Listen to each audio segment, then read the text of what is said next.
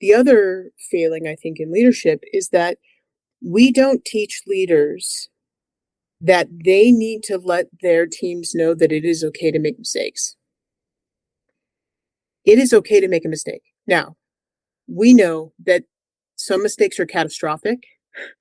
Some mistakes are just easily fixed.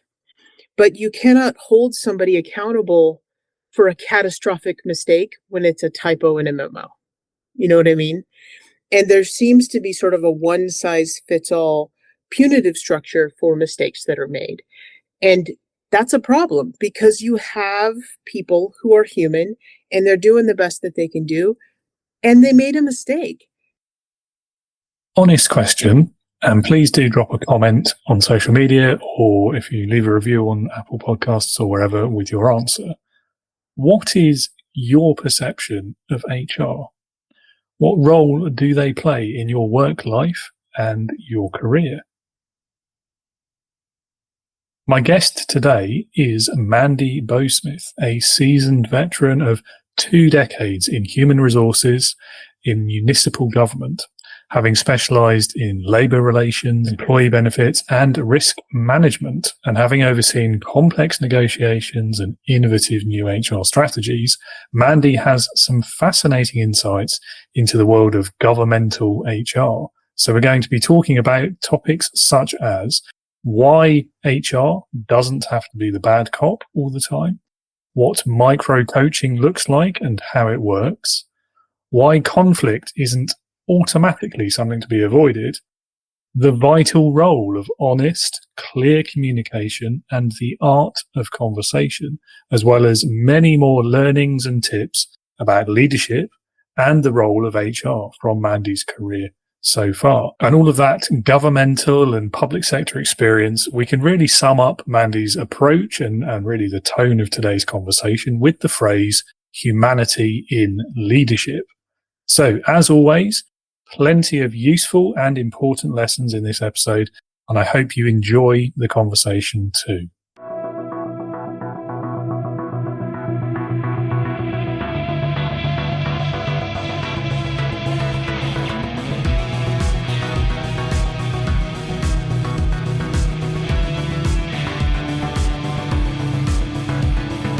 Welcome to the Leading with Integrity podcast. Leadership talk for the modern manager. With your host, David Hatch. Well, Mandee, welcome to Leading with Integrity. It's lovely to have you on the show. Can't wait to get into our conversation about leadership and micro-coaching and all sorts beyond, I'm sure, today. Thank you for having me. I'm excited to be here and to talk about these things. Yeah, well, you're most welcome. And we're going to throw you into the deep end a little bit to start us off. Over to you, really, to introduce yourself to the listeners. Tell us a bit about your background, your career so far, what you and your business does today and why you do it. Right. So my name is Mandee Bowsmith. I am currently the owner of a company called Blue Note Resources. It is a coaching and consulting firm based in Reno, Nevada. My history though, and what led me to open my own firm is I have spent 24 years in government human resources as a human resources professional. And that's in municipal government, so cities within Nevada, and in state government, working for the state of Nevada. And one of the things that led me to open my own business in the space that I'm in is, I don't know about you, David, but a lot of people I talk to hate their human resources departments. And it bums me out. I mean, to be perfectly honest, it bums me out to hear how people perceive their human resources departments and some of the experiences that they share with me they've had. And one of the things that I would like to do is to put the human back in human resources, right? What is the number one asset any employer has? They're humans. And if we treat our humans poorly, that asset is either going to dwindle away or it's going to not perform the way we need it to. And so for me, putting the human back in human resources also sort of informs my leadership philosophy, which is trying to put humanity back in leadership. And over the course of my career, I've met lots of different people. I've worked for lots of different leaders. I've worked with elected officials. I've worked with people who are appointed. I've worked with people who've worked their way up through the ranks. And I think that there's a mythos surrounding leadership.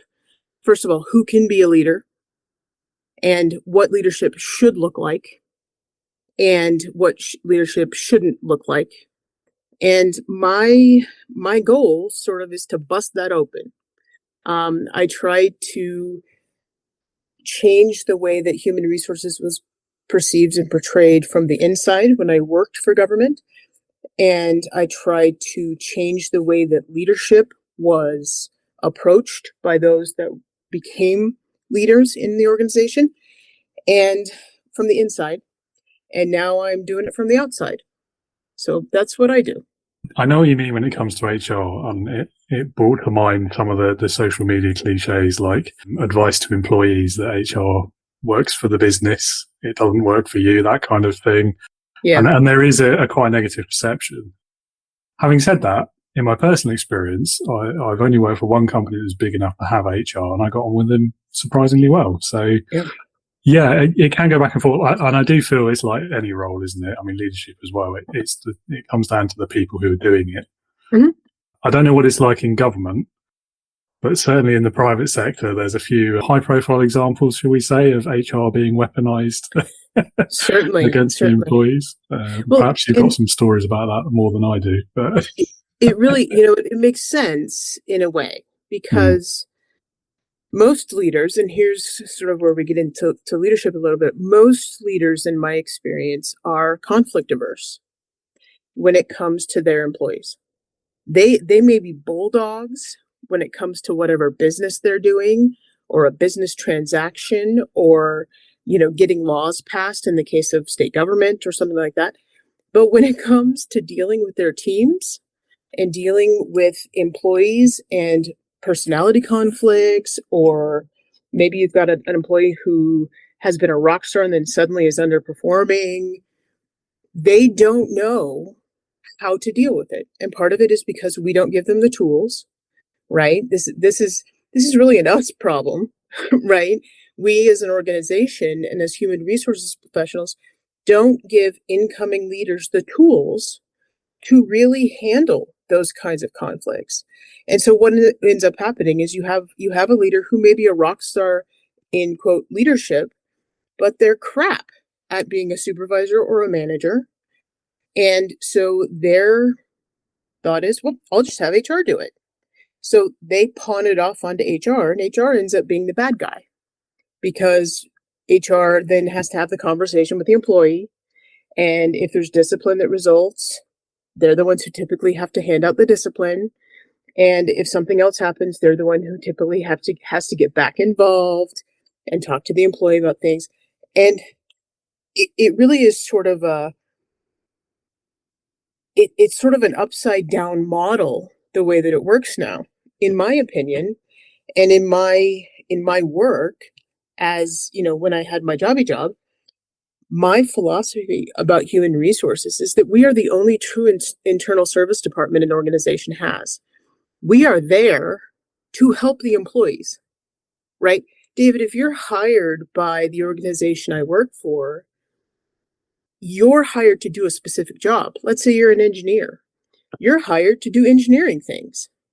You're not hired to sit there and worry about your group health insurance benefits. You're not hired to worry about your retirement benefits. You're not hired to worry about policies and procedures necessarily and how they apply to you. That's my job. My job is to help you when you come and ask a question. Mandee, I don't understand my medical benefits. Can you help me? My job is to explain it to you the best I can so that you stop worrying about it and you go back and do the job you were hired to do. Right? So as HR professionals, we really have sort of gotten away from what the core responsibility is, and that is to take care of the employees. Yes, there's gonna be conflict. There's gonna be employees who've done bad things. There are gonna be employees who've done stupid things.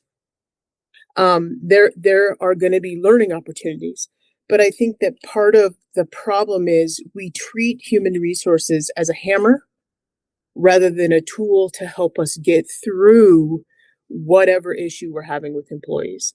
And on the other side, and I don't want to make it sound like human resources people are amazing, because trust me, I've met some real bad human resources people too. But on the other side, the HR folks really need to remember we are dealing with humans. How would we want to be treated if we had if I was your subordinate and you came to me, David, and you said, Mandee, you're not performing. You're not doing what I need you to do. I need you to go talk to HR. If I go talk to HR, I'm scared to death, number one, that I'm going to lose my job because I've just been told I'm underperforming. My boss you probably haven't shared with me what that looks like, what that means. So I'm scared to death. I don't know what that means. So then I go meet HR and I'm thinking, can somebody please explain to me what's going on? If you don't have a human resources professional that has compassion, that has understanding, and we're talking about reasonably, like we don't want the sob stories. We don't want the too much information stories, right? We want to be able to understand what is going on in that person's life. Because maybe I'm underperforming because I recently lost a family member and I'm dealing with it. And I'm a private person, so I don't tell anybody about it, but it affects my day-to-day job. Maybe I'm not comfortable telling you as my boss that.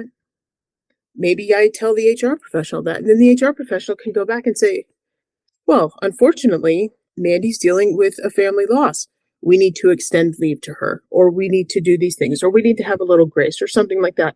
But the HR professional needs to have an active listening approach.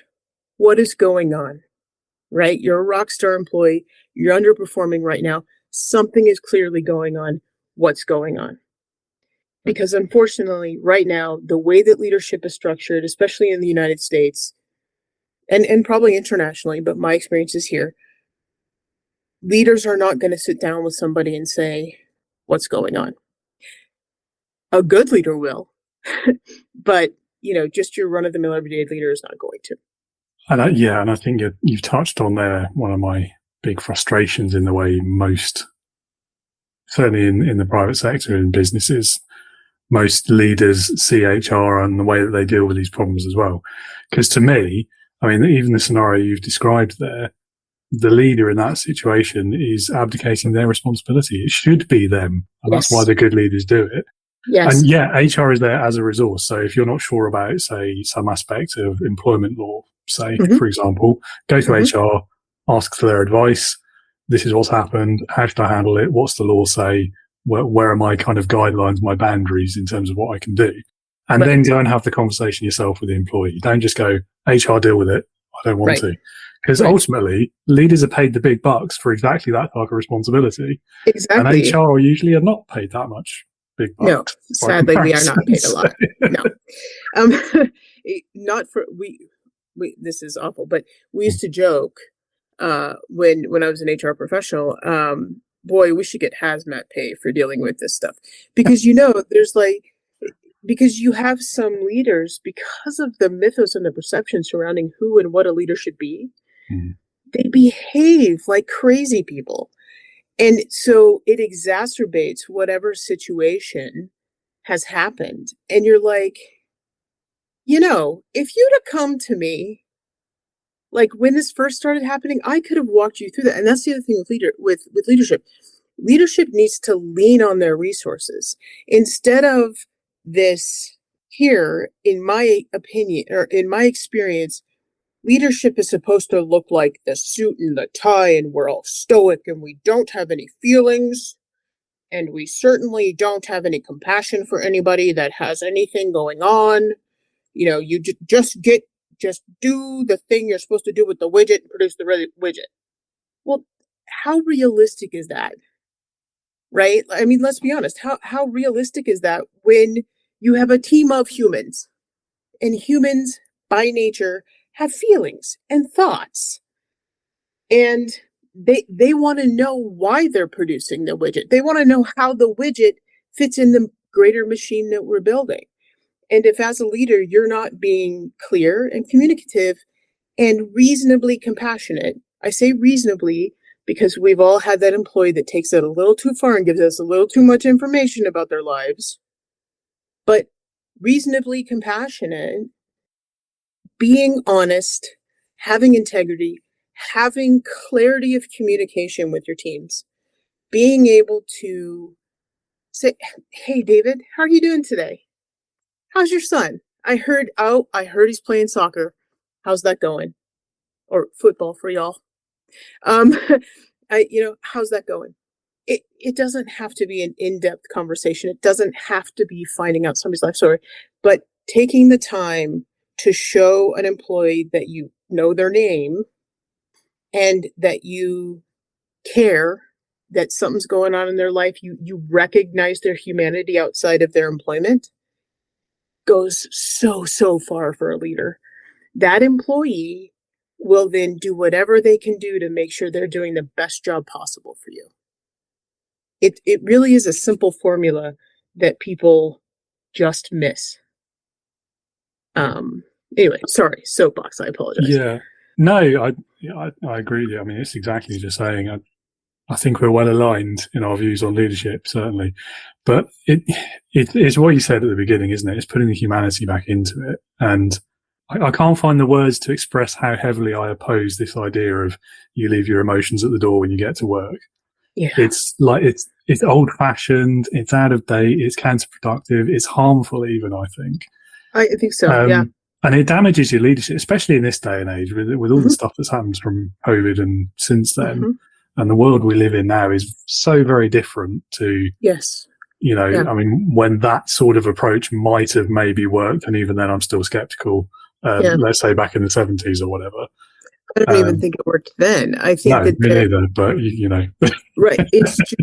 We have this crazy mythos about what this should look like and what a business person should look like. And, 9 times out of 10, it's a businessman, right? The 9 times out of 10, your leader or your executive is a man. And there's this idea that they're a suit and tie and clean cut and straight laced, and that they are not in any way compassionate or showing any kind of emotion. I mean, we're not robots. It's one of those things that just baffles me. It baffled me as an employee, and it baffled me as a human resources executive that I had peers who behaved that way. And I'll just share a story. When I took over as the head of human resources for the last organization I worked at, one of the things that I did first was I asked to meet one-on-one, either in person or via Zoom, because we were spread out a little bit in location, with every employee in my department. People thought they were being fired. They were like, why do you want to talk to me? Why does the person in charge want to talk to me? What did I do wrong? What's going on? And I was like, well, I was hired in the organization during COVID. So I was in an office by myself with nobody else for 2 years. I didn't know who anybody was except on Teams or on Zoom. I had only met 3 or 4 people in person. And suddenly I'm taking over the department. I want to know who's on my team, right? I want to know what they do, how they do it. And I had payroll, I had recruitment, I had training, I had labor relations with unions, I had employee relations. So I had this whole team, and I didn't know any of them. And I didn't know who knew what or how they fit or what. And so I asked them, so I'm meeting these people. These people are scared to death to meet with me because in the past, anytime they met with the leader, it was bad news. And the leader never, not immediate predecessor, but 2 predecessors ago, would go into his office and close the door and say, "Don't disturb me." And this was pre-COVID, right? Like, don't bother me. Unless somebody's bleeding or somebody's on fire, don't bother me. What kind of a leader is that? Right? So Well, isn't one, is it? Yeah. right.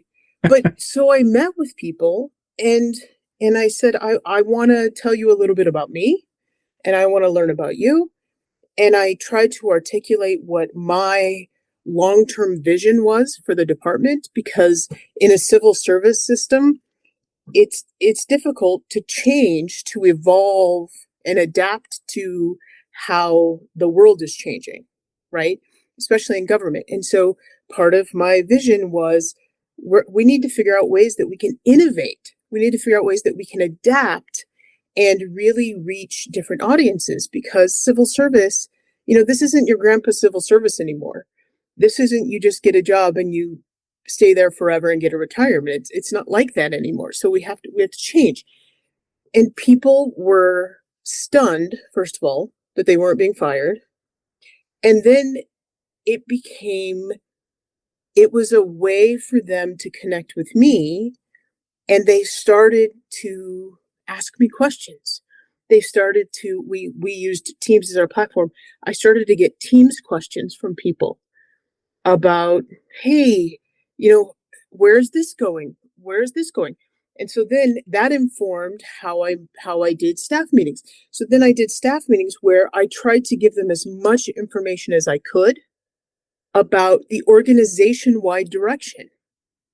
Here's where the whole ship is going, right? And here's how I see we, as the HR folks, fit into this directional movement. And here, this is going to be hard, and this is going to be hard, and we've got to do this. But, I will tell you as much as I know when I know it. It bought so much credit for me to show myself as a human, as just another human trying to do my job. You wouldn't believe it. It was amazing. And I think that there are a lot of leaders who are stuck in that perception of what leadership should look like. They don't communicate with their teams. They're not clear with their teams. They don't try to understand their teams and they don't try to understand the struggles so that they can really advocate for them. I mean, that's another thing, right? You inherit a team and the team has 65 issues that haven't been resolved in 2 years because the previous leaders haven't done anything about it because they haven't wanted to know. They just said, go fix it. Well, obviously they can't fix it. They need help, right? So when you start to dig into things like that, and then you start to try to help folks take care of those things, you earn so much leadership credit that those people will work day and night for you and for whatever the common cause is. And that just one thing, right? Showing you care, getting to know who works for you, learning what they do and how they do it, and learning where the pain points are so that you can try to help goes so far. Exactly. Yeah. And that story is such a good illustration, isn't it? Of the difference it can make when people feel like they're seen, when they feel like they're being heard and listened to. And that should be like the baseline, the basic minimum amount any leader does. Right. Like shutting the door and saying, don't bother me, isn't leadership. No. But if you can then go beyond that and understand, like you say, the pain points and then try to actually do something about those, yeah, I mean, you're only going to go higher and higher with that approach to leadership, I think. Yeah. So it's interesting, though, about the way leaders get stuck in that old school, let's call it, kind of mindset of what leadership looks like. And you've mentioned conflict already, and I do wonder if there's, I don't know, a link between these two problems. Mm-hmm. Because I think people, when they get stuck in that mindset as leaders, and they do want to avoid conflict because nobody likes it anyway, but when you're a leader, it can only end badly for you in when you're stuck in that kind of headspace. Right. Because you're going to see that as okay, I'd rather not get into that because you might not like what I have to say, and then you'll leave, and then I'm stuck and I have to hire someone or do the work myself, and so on and so on and so on. Right. So let's talk about conflict a bit more, though. So some of the common causes of workplace conflict, what would you say the most likely ones are, and what should leaders be doing to address them?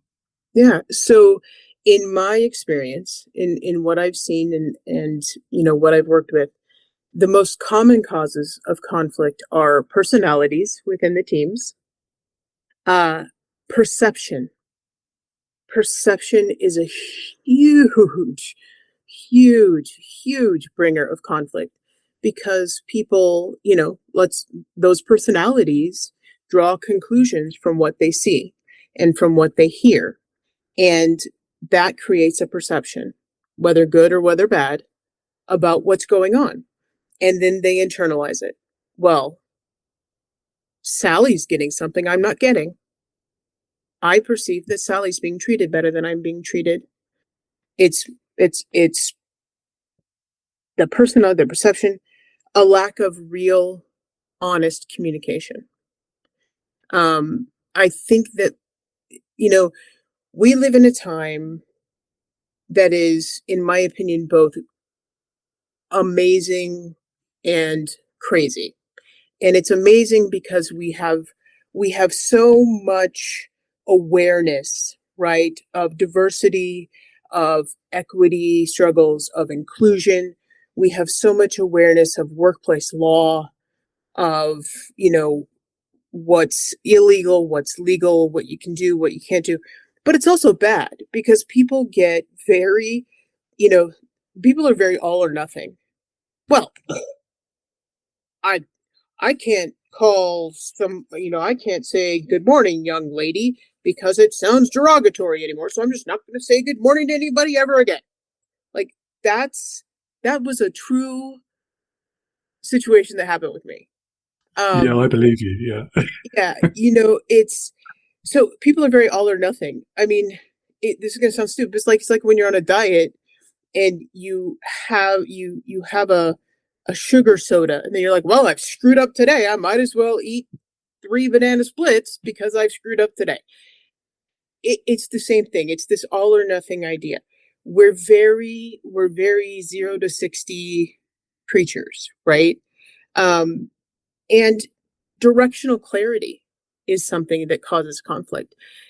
One of the things that I found in my, as an employee, as a subordinate employee, as a team member, when I didn't understand what the clear direction of not only my leader was, but of the organization was, I felt lost.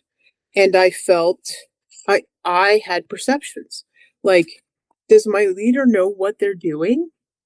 Does this organization know what it's doing? What are we supposed, we're supposed to serve the citizens of Nevada. What is happening here? And so you develop your inner monologue develops these stories. And for a lot of people, those stories become the reality. And then conflict arises. And how leaders can address them. Well, I can't say this. You will hear me say this over and over again. I cannot say this enough. Communication. A leader needs to learn how to ask good questions, active inquiry, right? It's something they teach you in coaching school. It's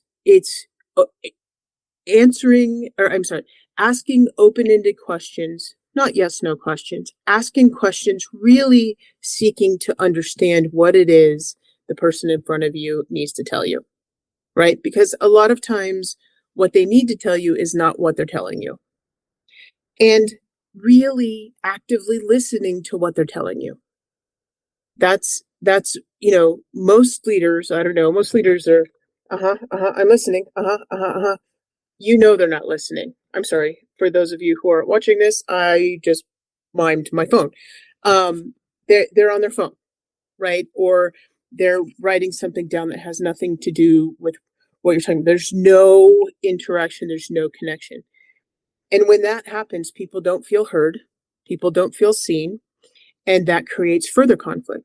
So then what you have is you've got a perception, you've got a personality, you've got somebody who feels like they're misunderstood because you're not having real communication, and they feel like, well, you don't know what you're doing. because you're always worried about what's on your phone. You're not worried about what's in front of you. And that creates conflict. And that can happen either intra-team, right? From team member to team member. That can happen with a leader. That can happen with other departments, right?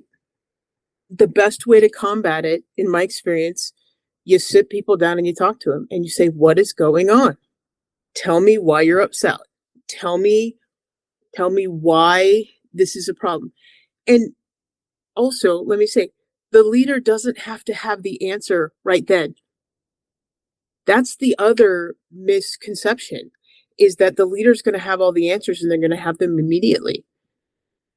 That's unrealistic.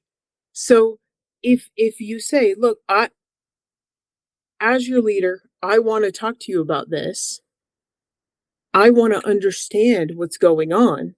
And then if you'll give me a little bit of time to think about it and think about how I can help or how we can make this better, we can make this better. The other thing I think in terms of workplace conflict that people don't use enough of are mediation. At my last employer, we had a very successful mediation program. We had something like 50 people within the organization. It was a huge organization. We had 50 people within the organization that were trained, certified mediators that didn't have a dog in any of the fights, right? In any of the conflicts. And we'd call them in and they'd be a neutral third party to help people work through what was going on. And a lot of times people just want to be heard. They just want to tell you that something is going on and they feel like there needs to be a solution. And then, this is where the mean, bad, ugly HR people happen. Sometimes you can't fix the problem. Sometimes there really is an irreparable issue. And when that happens, yeah, HR needs to get involved and you need to have the conversation with the employee about, okay, here's the policy or here's the standard operating procedure or here's the rule or regulation surrounding this behavior. And we need to have a conversation about how you feel about your future in an organization like ours. Sometimes that has to happen, but it doesn't have to happen in a non-compassionate way. It can happen in a compassionate way. Yeah, I mean, even the way you've just phrased it is potentially a lot more compassionate than the majority of people would handle that situation, I suspect. But yeah. No, I think you're right, and it ties back again to that misunderstanding of the role of a leader, even, doesn't it? And I think particularly those 2 points around perception and communication. We've all been in jobs, most likely, where we've done that. Mm-hmm. And you're right. The best way to combat it is not just communication. Listening as well is the most important part of that, but it's the honest and transparent kind of communication. Right. It's like not trying to persuade them of the party line or whatever it is, but just having like a frank and full discussion about things. Right. Accepting, of course, that there's always going to be that some aspect of information that will be confidential, but sure. I think it's just, if you don't do that effectively or you don't do it at all, what happens is that the perceptions become the reality. Yes. Because people will fill in the gaps by themselves and they will assume far, far worse than the truth, most likely. Oh, that's exactly right. And sometimes it's hard to get them back. Sometimes exactly, you can't make them believe anything other.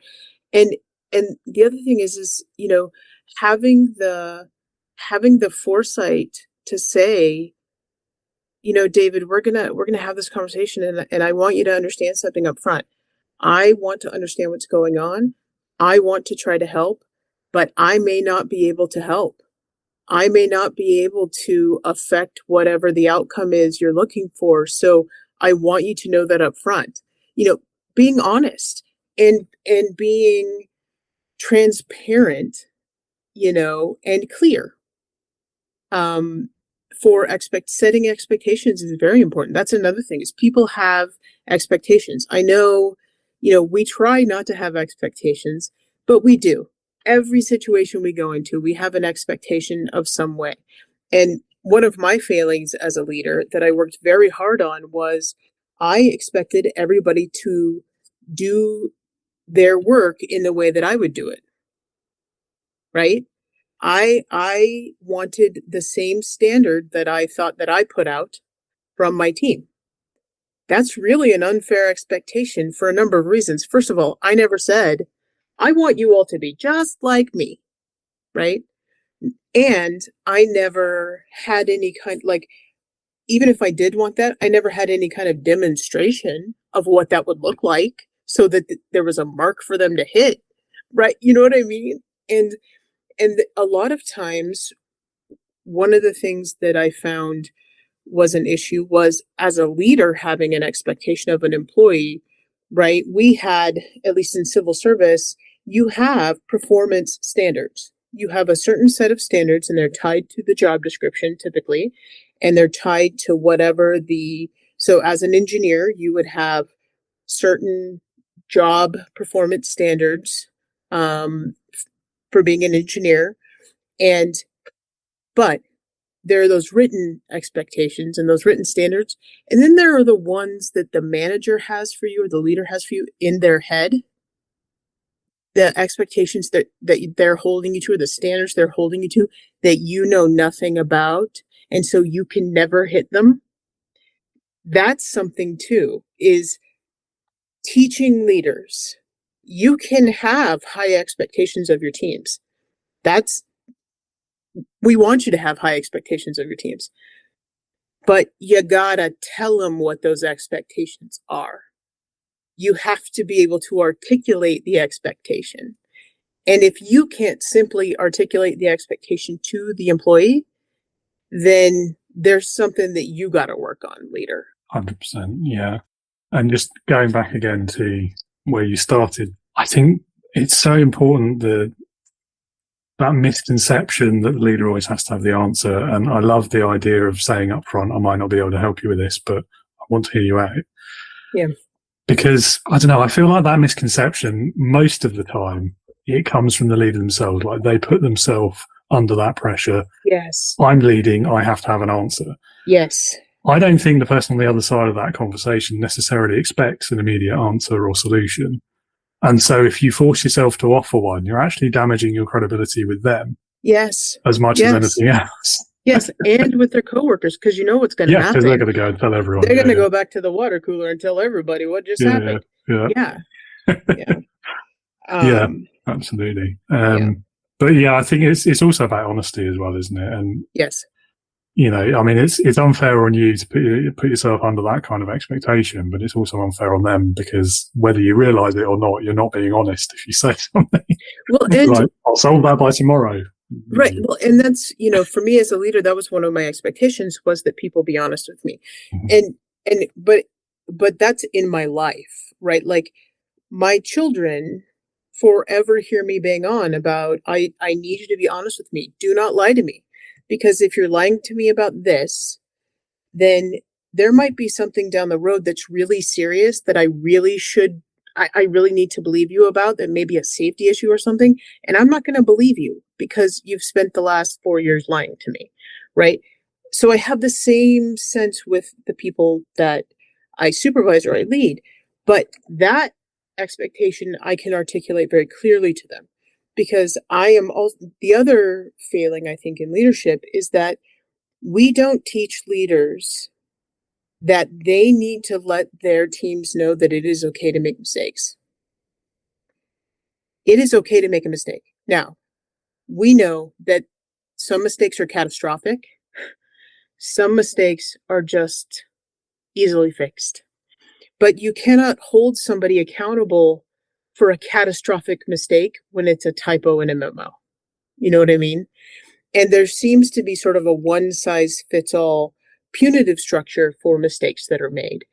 And that's a problem, because you have people who are human and they're doing the best that they can do, and they made a mistake.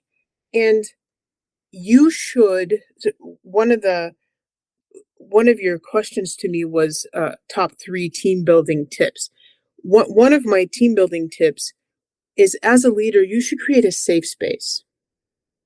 You should create a safe space for your team where they know they can come to you and say, boss, I screwed a thing up.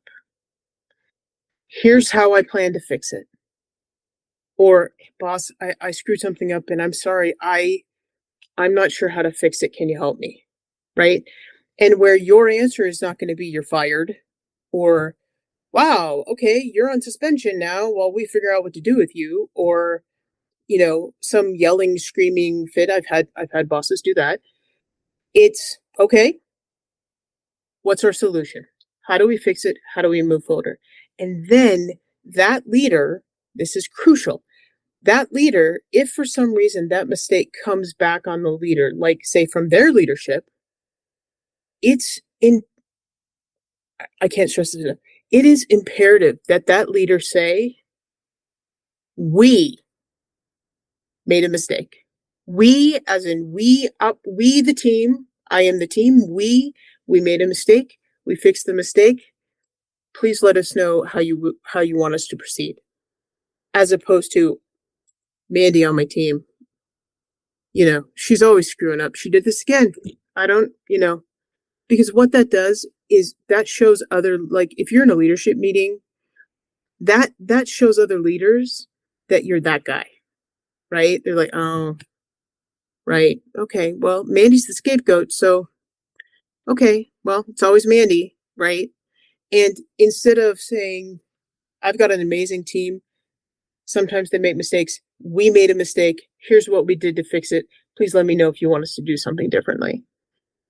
It's crucial as a leader for your team to know that they have support and that they're not going to be thrown under the bus needlessly. They're not going to be held to account for some craziness when it's a typo in a memo. You know what I mean?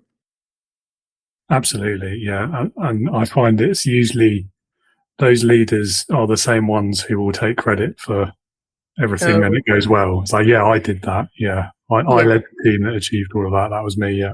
Pat me on the back.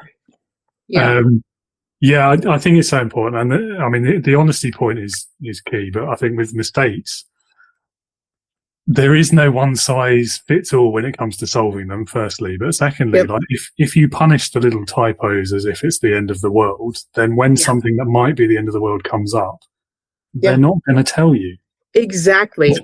They'll hide it, they'll quit, and then you're just going to be in so much more trouble. That is exactly right. Yeah. The one thing I said to my team is, look, I don't care how big the mistake is.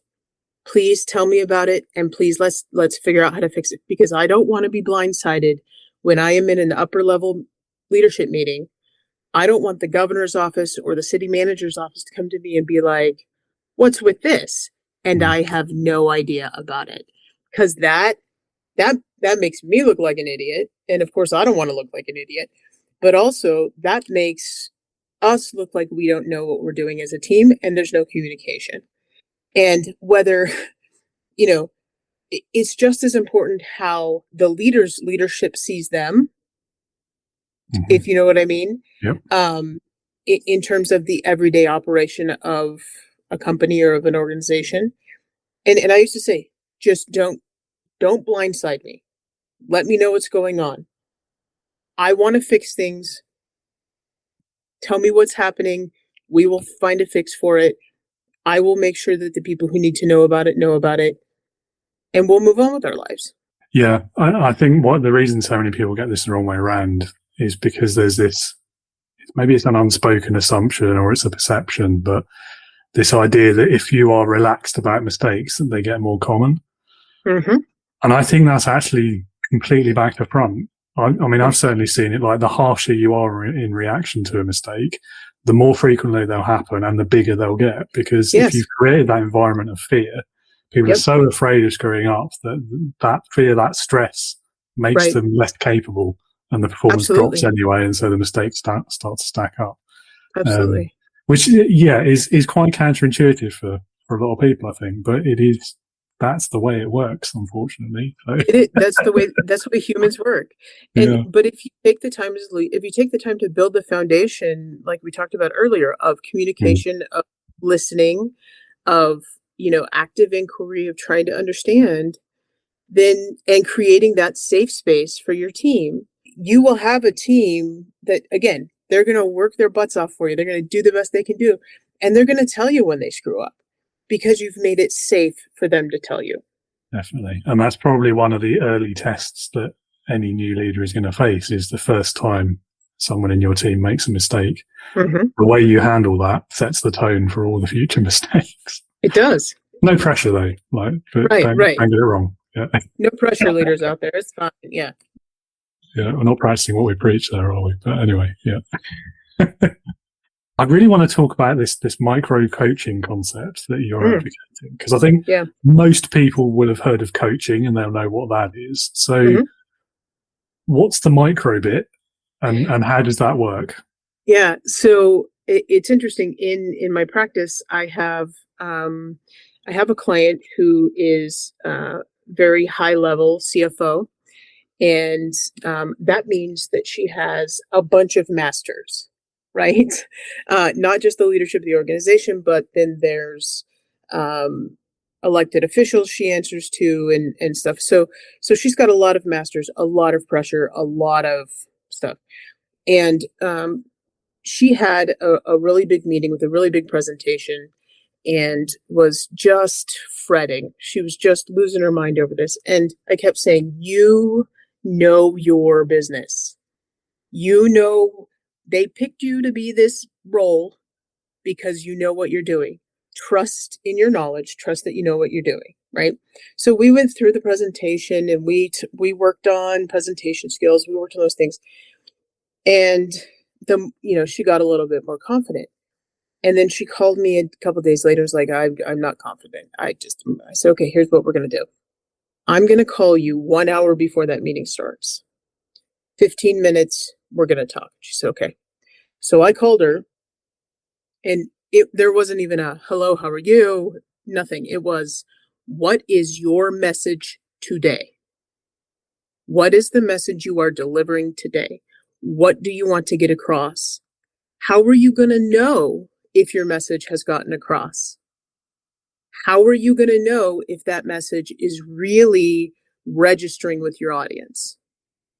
And what are you going to do to follow up with that group to make sure that they're understanding that this is a dynamic process, it's ongoing, and you will be giving them ongoing information? It was quick, it was dirty, it was like drill sergeant coaching, and I call it micro coaching. It's something that, to me, it's akin to, the psychology superhero pose before you go into a presentation or something. It's very similar. And it helps if you have somebody who can do it with you, like if you have a coach that you work with, but you can also do this yourself. And this is kind of one of the beauties of this, is you can just find a quiet spot for about 10 minutes and drill yourself. What is my message today to this audience? How am I going to know if this audience is picking up what I'm putting down? How am I going to know how am I going to tell them what I'm going to do going forward related to this process? So that you are putting yourself in the mindset of what you need to do, what you need to accomplish, let's say in that meeting or in that presentation.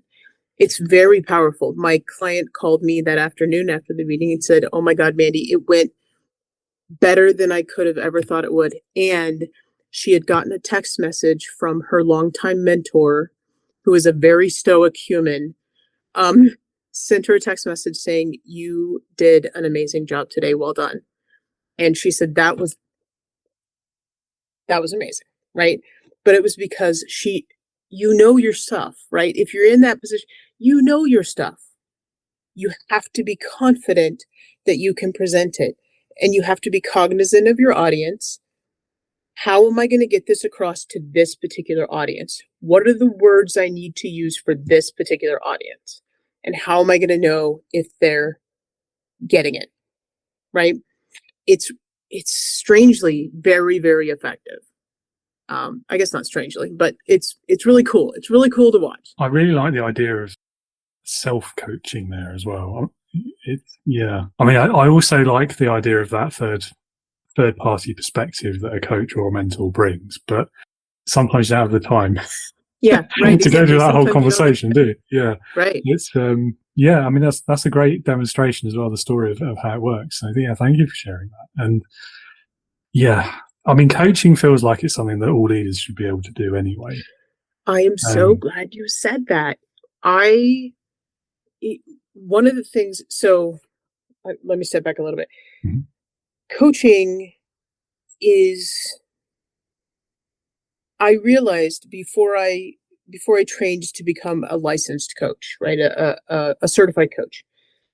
I realized because I had sought my own coach as an executive, because I also have ADD, and being an executive with ADD brings its own struggles. I realized, though, through my own process, that this is something that I've been doing my whole career, right, as an HR professional. I spent a lot of time coaching people on, coaching people on performance, coaching people on opportunities that they could take advantage of, coaching people on, job readiness, those kinds of things.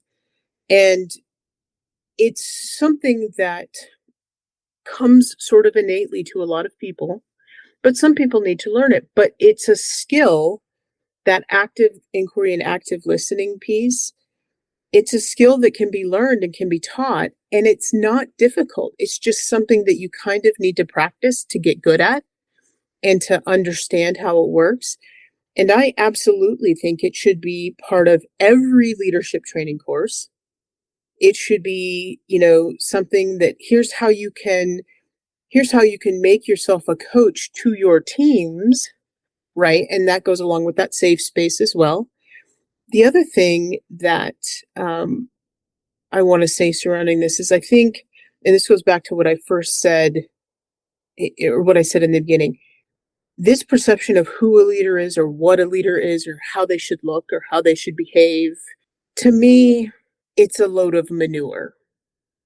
And I think, I'm sorry, I think you probably have a family audience. I have more colorful words, but we'll put it that way. Don't worry, we've definitely had worse than manure. Yeah. All right.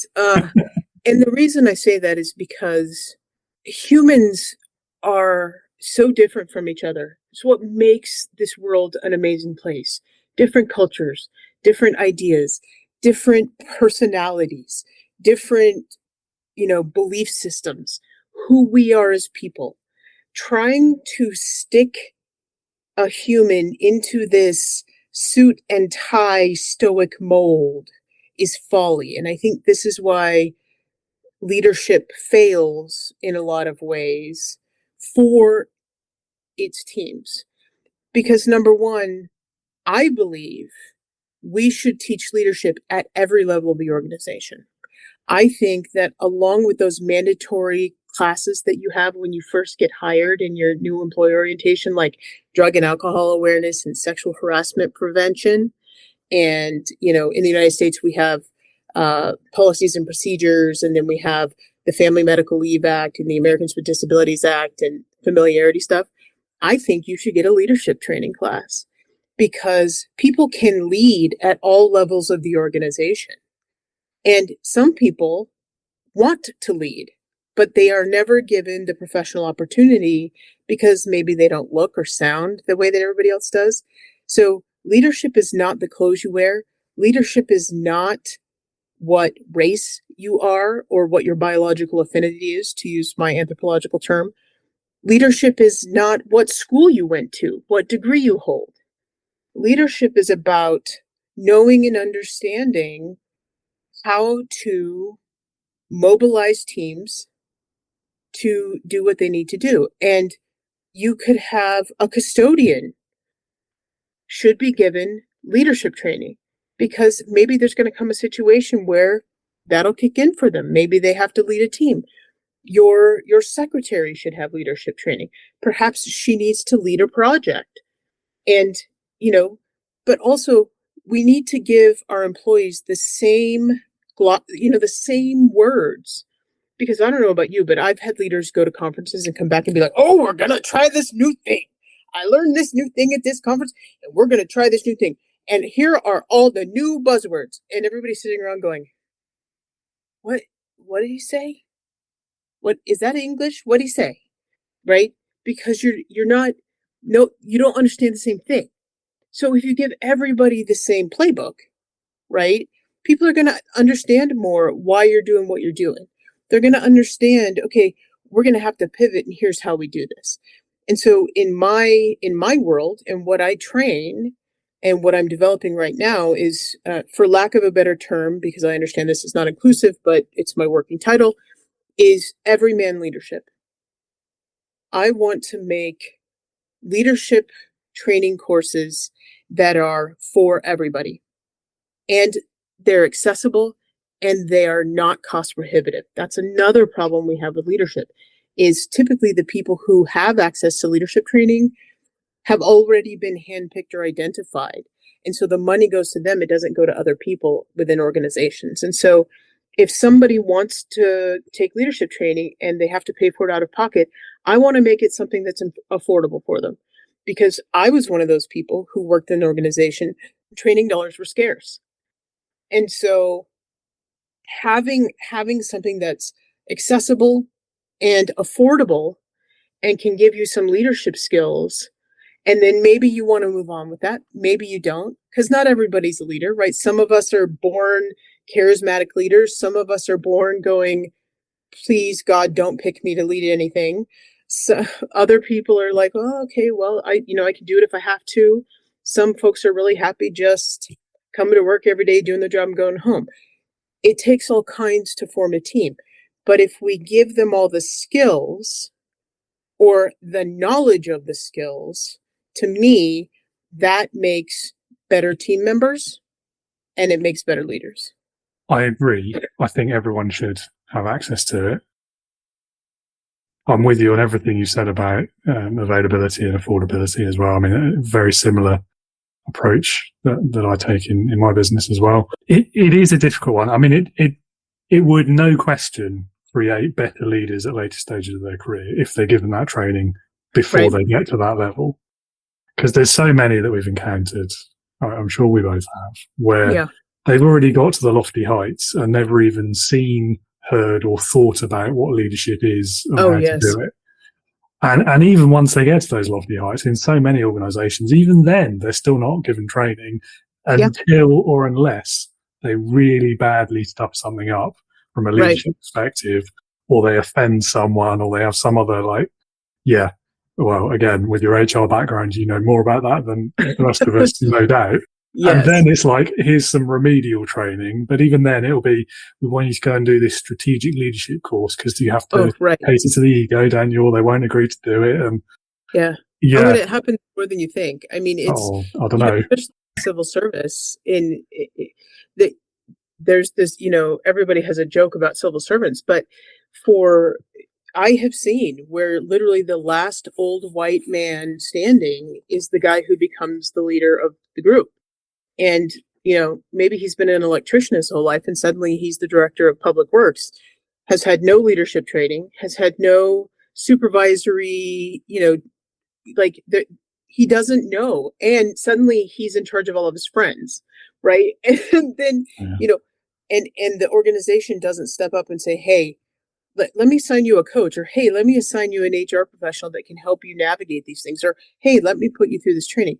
It doesn't work that way. We just throw people in the deep end and hope that, no disaster happens. And I think it's really a backwards way, especially when we're talking about millions and millions and millions and millions of dollars in taxpayer money, in terms of government, in constituency services.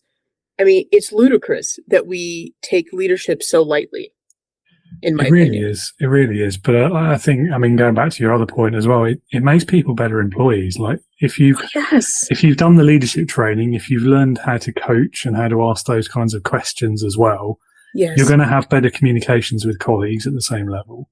Absolutely. I think it's actually, when we were talking about conflict earlier, I think it's actually one of the best ways to defuse a conflict as well, is if you switch out of the fixed position, he said, she said, and then come at it more from a curiosity, asking questions, try to understand the other person's point of view. And that serves you because you're changing your mindset. You're not looking at it as your side and their side. You're thinking about, how do I understand their perspective? I'll ask questions to get to that. it also changes the other side, in inverted commas, because suddenly they're not trying to counter what you're saying. They're just trying to answer questions and communicate their point of view instead. Yeah, you're absolutely right. And that is exactly why mediation works so well, right? Because that onus is on a third party, but having the ability to ask questions and really listen to the answers and really try to understand it. And that's the other thing is people spend, I don't know about you in conversations you have, but people are often just waiting for their turn to talk. They're not listening to the answer that's being given. And so if somebody is engaging in active listening, a lot of times they'll take a pause or they'll take a beat after somebody said something. And then because we're so used to this rapid fire thing, the person who said the thing is like, were you listening to me? You weren't listening to me, right? And so we really need to also teach the art of conversation, the art of sometimes people need a beat to think, to like gather how they think or how they feel or what they want to say to you. It's not always rapid fire, and it doesn't mean that they're not listening to you. In fact, it means they are listening to you and they're trying to be more engaged and more thoughtful in their response. We need to teach that too. Just going to take a pause there before I... No, you're right. I think I prefer it if people take the time to think.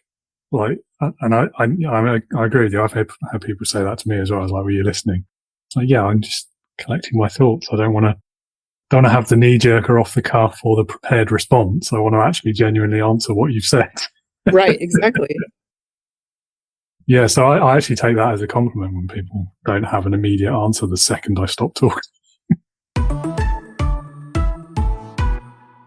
In all of that time, particularly from the civil service angle, I would love to know what your story is of the best experience you had of being led. Do you know, I worked at the city of Las Vegas for 15 years in Las Vegas, Nevada. And it was a city manager run structure with a city council.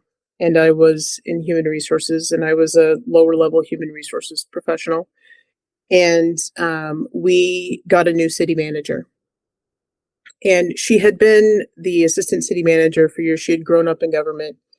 And she was already very charismatic and dynamic, as a person. But when she became city manager, she looked around and said, our organizational culture sucks. We have got to do something about this. And she did some research and hit on Patrick Lencioni's 5 dysfunctions of a team, and started sort of studying the Lencioni model, and then decided that that's sort of the way she wanted to go to affect culture change, and then began requiring her direct reports, so these were department directors, to read the Lencioni information.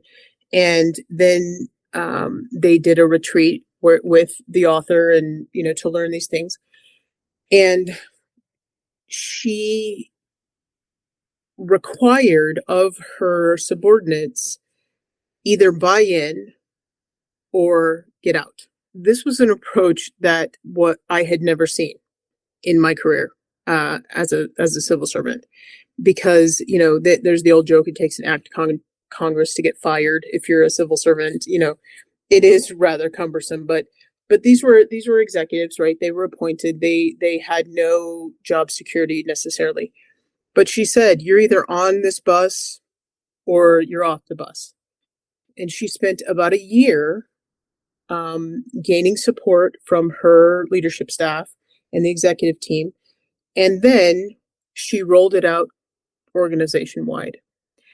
And during the course of this, she created a mnemonic, and every employee had an ID badge card that we put with our ID badges, with the mnemonic on it, with our mission, with our vision, with the values were the mnemonic of the organization with this culture change. And I can remember she had a town hall meeting for employees, and I said, you're trying to affect culture change within this organization. She said, absolutely. I said, and how long do you think it's going to take? And she said, well, most culture change initiative takes about 10 years. And I'm thinking, 10 years? Are you, what? Right? And she said, but I'm hoping it'll take less. And I will tell you that she was able to change the culture from top to bottom in 3 years' time. Every employee got on board with this new vision and mission and values. And then when we did new employee orientation, this was my favorite part. When we did I taught new employee orientation at the time. And she would come down and she would do an address to new employees. Now, she was the city manager. She was the head of the organization. She would come down and we would give them their little cards for their badges. And we would talk about the mission and the vision and the values. And she would talk about the importance of the culture at the city of Las Vegas as an employer. And she would say, if this doesn't resonate with you, if these values are not values you can support and embody, I want you not to work for the city of Las Vegas. You can leave now. I had never seen a leader do that before.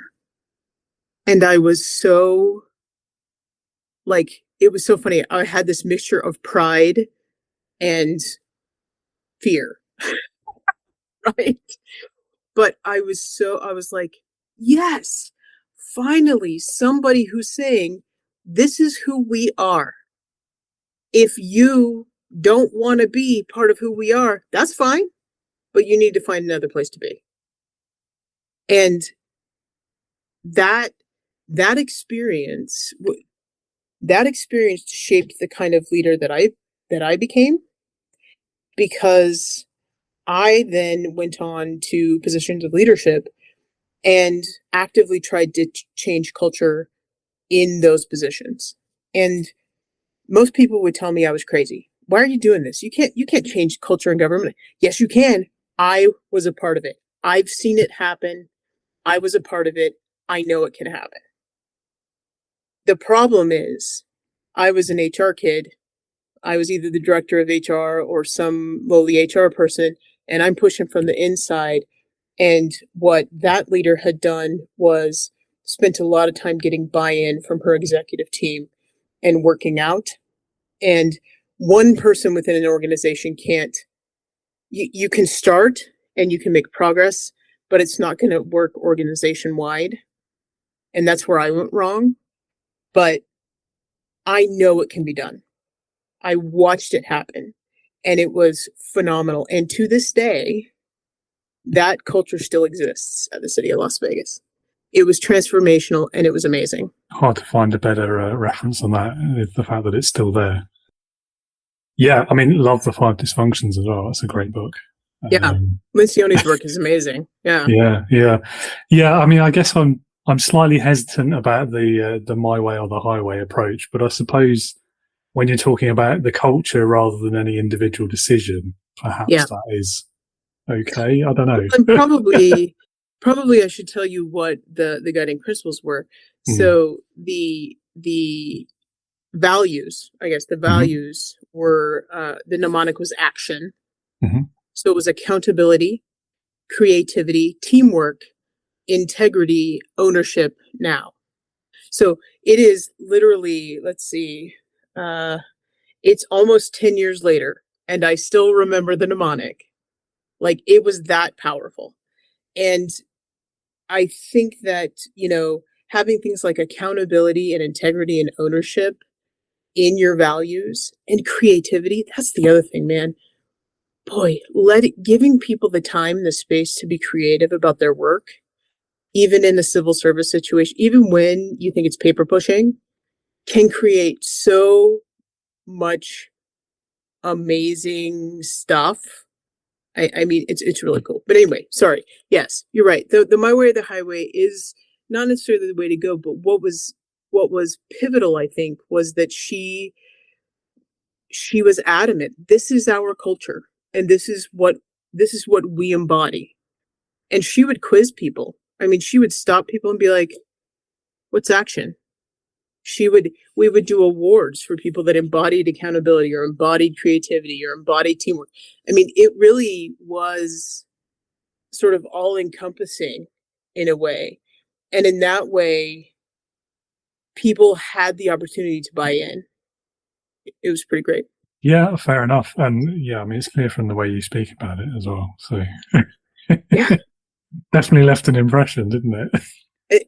It was pretty pivotal, actually. Yeah. Interesting. I'm sure there must be quite a lot written about that as a case study as well. So I'm going to go away and research that afterwards. Okay, so 2 more questions, and then I'll let you get back to the rest of your day because you've been very generous with your time today. So the first of those 2 is, if you had the chance to start your career over again, is there anything you would do differently? Do you know what's funny is I've been thinking about this particular question since you sent it to me. And the truth is, I don't know.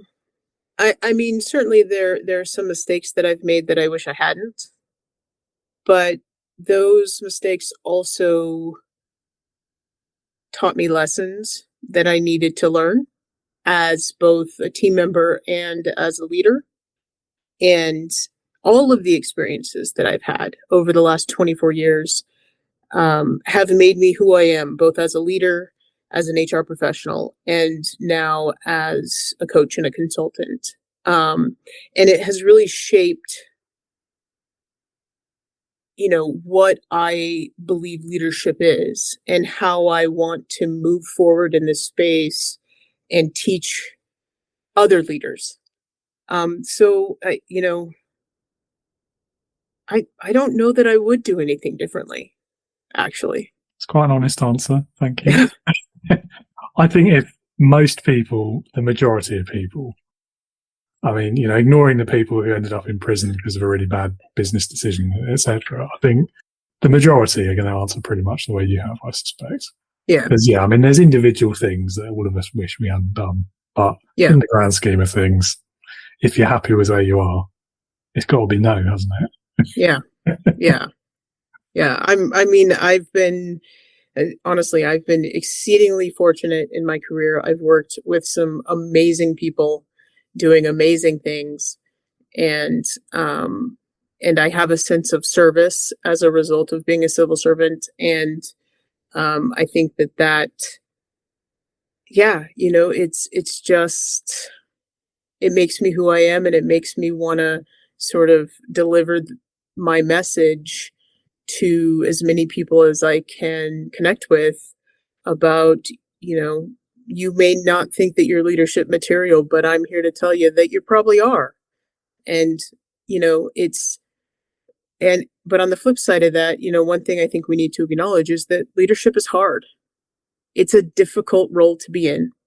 And there are going to be ups and there are going to be downs. But for the most part, the beauty of leadership is the team and what you do and what you accomplish, the service you provide, or the widgets you make. And that's really sort of where it's at. Those humans that help accomplish that goal is where it's at. I don't think there's anything you've said today that I haven't agreed with, but that one, so spot on. Yes, it is a difficult role. It is a huge responsibility. Even if you're only leading one person, you still have such an impact on their career, their fate, their day-to-day journey as well. So it is a massive responsibility not to be taken lightly, but it's also a privilege. It's one of the best jobs you can get. I mean, Anyway. It is absolutely like any job, it'll have its ups and downs, but on average, it's an amazing kind of role to have. No question about that. Lovely. Well, last question, my favorite question as well, in case you hadn't guessed. So I call this Leadership Heroes. Leadership Heroes.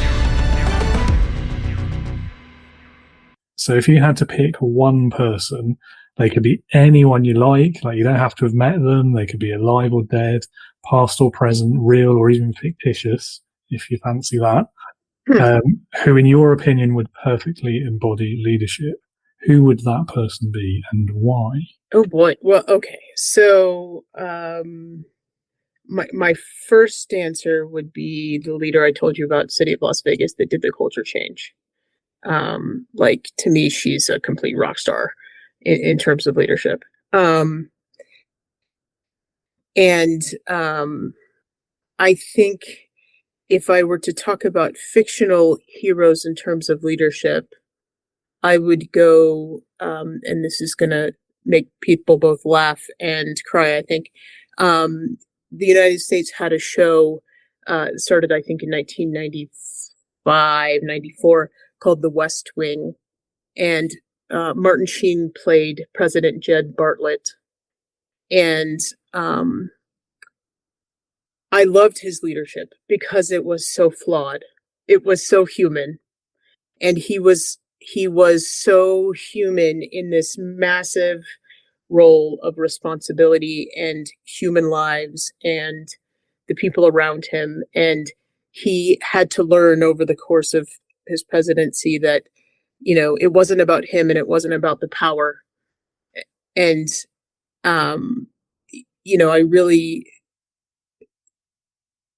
I really appreciate the humility that came with realizing that he is human and that just because you're the president of the United States doesn't mean you can do anything you want to do whenever you want to do it. Doesn't it? Well, I mean, so that's another podcast. No comment, I think, probably. Yeah. I have lots of comments, but you don't want to hear them. And then in terms of a national, President Barack Obama, to me, the approach of change and we can change, and literally the audacity of hope, the audacity of having hope that we can change and leading in that way and engaging people who hadn't previously been engaged in the conversation, having seats at the table, just is inspirational, just generally and specifically to me, because in my opinion, one of the things about leadership is if you can't see it, you can't be it. So if there's not a leader in the world that looks like you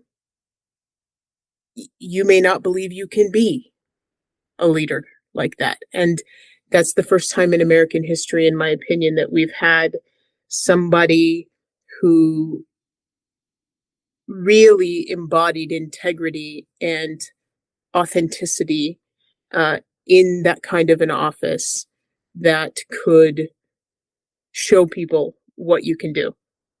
I think it's pretty inspiring. Yeah, interesting. I think authenticity is probably the key word that links potentially all three of those together, but definitely the last two. Big fan of The West Wing as well. I have the box set. It's excellent. I do too. Yeah, I mean, I think the one that, as you were talking about, why you would choose him. What stuck in my mind was that episode when I think it was during his campaign for re-election, and where they were going through all of these machinations of like the politicalese kind of side of the whole operation. Where you can't be this way, you can't say that, you don't do this in public. Right. All of this. And then by the end of the episode, they changed that to, do you know what? Just be yourself. Let Bartlett be Bartlett, I think was the quote. Let Bartlett be Bartlett. Absolutely. And then funnily enough, he won. So yeah, great lesson there about authenticity, isn't there? Yeah. I mean, that's really, I think that's what draws people together is if you, and in leadership generally, if you are your authentic self, not what you think the construct is, people will gravitate to you. They will follow where you lead. And it's powerful. Authenticity is powerful. Yeah, definitely. When done right and not to excess, I would caveat that with. But yes. Yeah, and I think the counter to that is people will see through it much more easily than you think if you're not. Absolutely. Unless you're like a really well-practiced sociopath or something. But, even still, I think that there are a lot of people right now in the United States going, wow, we let these people have microphones. okay. Yeah. God, I nearly made it through an episode without talking about politics. I was almost proud of myself. I'm so sorry. That's okay. You didn't give me this is a no politics zone. It's not a no politics show. It's just it's supposed to be leadership. But it's difficult to separate the two, though, isn't it? Because they're the most public, most well-known examples of leaders, aren't they? So yeah. Well, and they're the ones. I mean, let's be honest. They're the ones who perpetuate that mythos of what leadership should look like. And that when you have people who are other in those spaces, they tend to be marginalized, and that's sort of where I'm like, why? I mean, have you traveled the United States? There are a lot of weird folks out there, right? Like there are folks out there who have weird beliefs. There are folks that are amazing, authentic, salt of the earth people who, live off the grid and are hippies and whatever, but that doesn't mean they can't be leaders. That doesn't mean they can't, accomplish something. It's just this idea of what we have to be in order to succeed or to lead is so antithetical to what I believe and who I am, that I think it's time that we stop pretending and start putting real people in positions of leadership who are authentic and who are going to move our this big human mess forward rather than backward. Yeah, I don't want to get on my soapbox, but so I see this very much as a parallel to the conversation about why there's so many bad managers when you talk about political leadership. But I think where they differ is the political system, or certainly in this country, perhaps in yours as well. I don't know, you tell me. I think the system's got to the point now where nobody who is like that kind of authentic, good, ethical, doing it for the right reasons, and all of the above type of leader wants to do it. Yes, there's that. And if they do want to do it, there's a significant barrier to entry. And that is, one needs money to run a political campaign and to be elected to office. And it's a popularity contest, and it's how much money's in your bank account contest. And so somebody like me, while I would not consider running for office, somebody like me who might want to, I would spend all of my time trying to fundraise rather than having real conversations with constituents about what they truly want me to take to Washington, D.C., or, those kinds of things. So there's a barrier to entry in terms of financial status that only few people have been able to overcome. AOC comes to mind. She's one of those people that was able to mobilize, but even in local government, the same is true. There's a lot of name recognition, and there's a lot of, financial barriers that come with being elected to office. And so unfortunately, I think we're sort of slaves to our own capitalism in terms of that. And I think that's part of the problem. You have people who really, once they get elected to office, conveniently forget about what it's like to be everyman, trying to make your mortgage, trying to put your kids through school, trying to raise decent human beings in your kids, trying to pay your bills. And that's really unfortunate. And I have a sense that that's sort of the way it is in Britain as well, in terms of your MPs and, your House of Lords and House of Commons. And that's unfortunate, because you're not getting truly representative people of the constituents. Yeah, I mean, without going into the politics of it too much, but I think it is more or less the same. Potentially, it's marginally worse, because obviously one of our houses is unelected, or both of yours are at least. We don't directly elect our national leadership either. It's just by default the winning leader of the winning party. I don't know. It's a tough one. Yeah, and I mean, the other part of it, the financial aspects that nobody considers, is you basically have to stop working for like a year or two while you're campaigning profits. Yeah. Yeah. So you've got to have a decent amount in the bank before you start to have the confidence you can pay the mortgage or whatever. It really is a huge barrier to entry for, citizen politicians. Yeah. And that's really unfortunate, especially, I mean, if you go back and you read, historical government documents about the United States and why we, wanted to be independent and why we set the country up like it is. And we wanted citizen leadership. We wanted to be, by the people and of the people. And we have gotten so far away from that because of special interest and those things. And I suppose that's true in every government everywhere. But when it's difficult. It's difficult to be an American citizen and to really enjoy the fruits of being an American citizen, but at the same time know that the privileges and freedoms that I enjoy are only as safe as who's sitting in the Oval Office right now. And that is a really scary prospect for a lot of people. Yeah, isn't it? We're going to have to talk more about politics offline, I think. Otherwise, we're going to have a whole episode on it. Yeah, sorry about that. No worries. No, it is interesting. I mean, my bachelor's degree was in politics, so that's probably the reason why I always go off on tangents about it. And I do find it very interesting academically, but you put too much thought into it, it gets really depressing really quickly. Oh, yeah. No, I can't watch the news habitually because it bums me out. Yeah. Especially in an election year as well. Yeah. Oh, my goodness, yes. Well, Mandee, it's been lovely meeting and talking with you today. I will ask you one more small little question, which is, if any of the listeners want to learn more about you, learn about your business, perhaps get in touch, where can they go? Absolutely. You can find me on Twitter at Blue Note Res, R-E-S. You can find me on LinkedIn, Blue Note Resources, or Mandee Bowsmith. And you can find me on my website, bluenoteresources.com. Lovely. And I will be sure to put those links in the episode description as well, so everyone can find them easily.